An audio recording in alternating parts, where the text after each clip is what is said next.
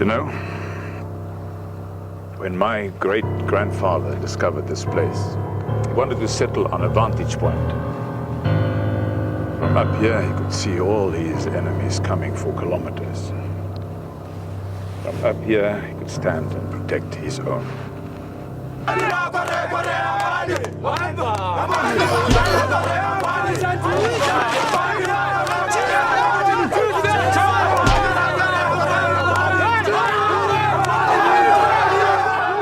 13 years after taking over, you guys are feeling the pinch, eh?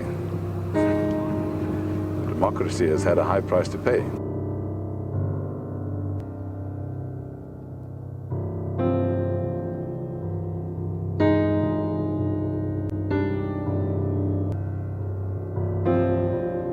Am I the only one who sees the gravity of this whole thing? A man was beaten, stripped and set on fire. It did not spontaneously combust. Now, I don't care what justification is being put forward, nor do I give a shit what the provocation was. Fact is, the crime was committed. And our job is to find the responsible. And by God, when we do find them, we will unleash the full might of the law upon them. Oh, let us rejoice. 3 kings have traveled across distant lands to ease our pain. Look outside. We're on the brink of a civil war here.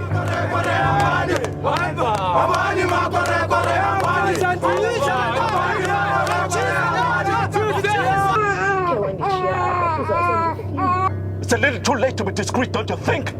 Will you just shut up? Shut up! No one is going to talk to a bunch of foreigners in suits with a clear axe to grind. God's truth transcends all courtesy and is rather candor in its approach.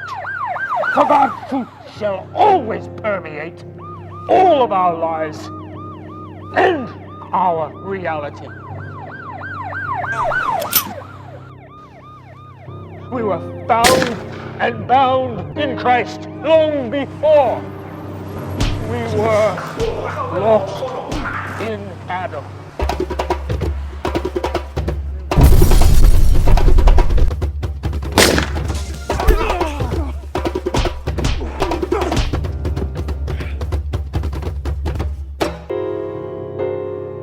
Isn't there supposed to be some justice?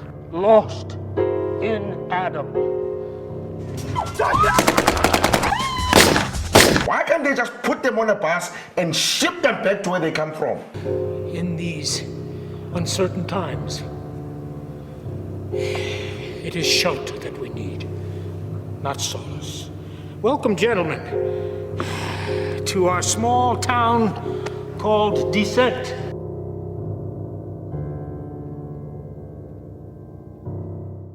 Well, the inspiration for a small town called Descent came from the xenophobic attacks that happened in my country last year. Between the period of March up to about June, July, there were all these widespread attacks across the entire country where black people, basically ethnic people, went out on a rampage and attacked other black people, accusing them of being foreigners. You're all foreigners in this town. Now, as guests in my house, I suggest that you use the toilet and don't piss on my kitchen table, because I can make your lives a living hell. And now, listen, I'm a naman. Now, don't you stop that now! Don't you threaten my boy! Try me, father. Please, give me one reason to put you away.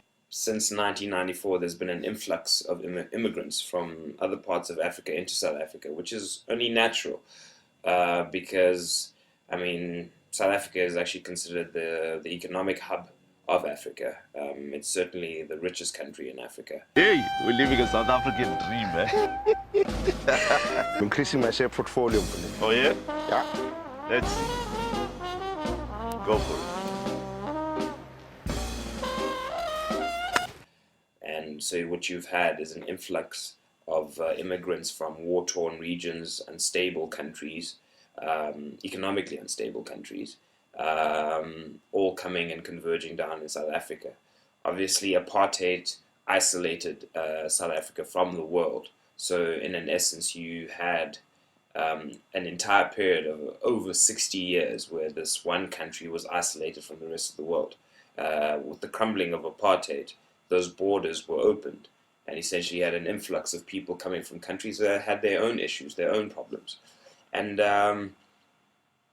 through that experience, I think there was a culture shock for a lot of South Africans. I mean, there's no excuse for the kind of heinous attacks that happened, but I wanted to get to the human story.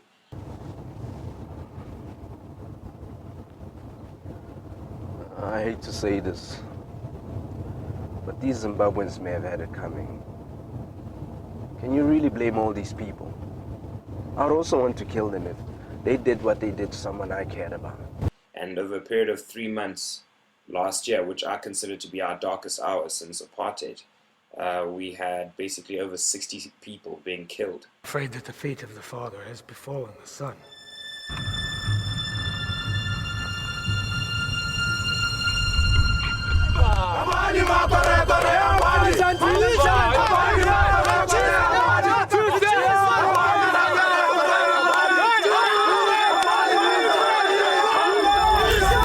For me, writing and eventually directing A Small Town Called Descent was a kind of purging of that issue, in the sense that I needed to get to grips with why I was doing that. I say I because I have to take full responsibility for what my fellow countrymen were doing.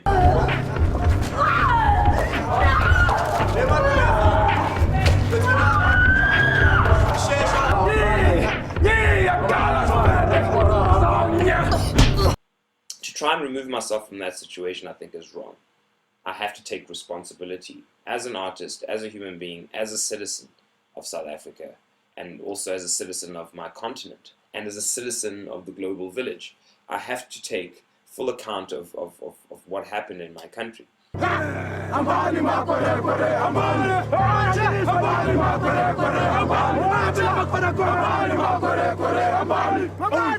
investigators from an elite investigating unit known as the Scorpions are deployed to this small little town called Descent in the middle of nowhere, in a region called the Karoo back in South Africa.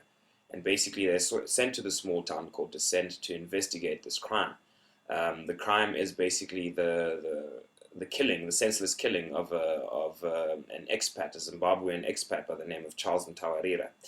Him and his brother, along with a local girl, Funaga, they are attacked.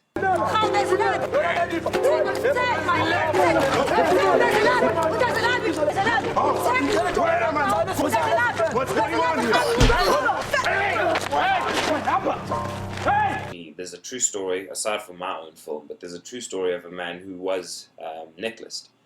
And when I saw that, it hit me so hard because it basically took us right back to the apartheid period. And I didn't understand that. We've got a stable economy. We've got a lot to look forward to as South Africans. We're hosting the World Cup this year. And then all of a sudden these attacks happen. So I didn't understand where that came from. Be patient with us small town folk, Mr. Bill. You know, we don't welcome change so well. Clearly this town is living in the past. I mean, necklacing a man is right out of the apartheid archives. 16 years after the advent of democracy in my country, I don't think South Africans have really dealt with the issues. So with all these themes and all these elements, it was inspired to write A Small Town Called Descent, which is a fictional tale. I am of the belief, gentlemen, that 7 days ago, here, there was a murder, and that now there's a conspiracy to hide the facts behind that murder. Yes, the attack is a catalyst event, but we see things and we see the narrative through the eyes of the detectives. As they discover things, we discover things.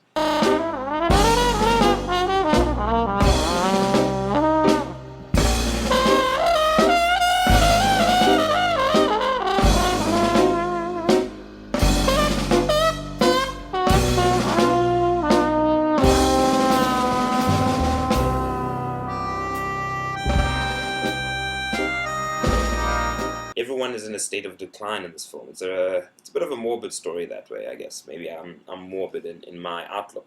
Some people would look at and blame me for that. But I think it's an important story to be told.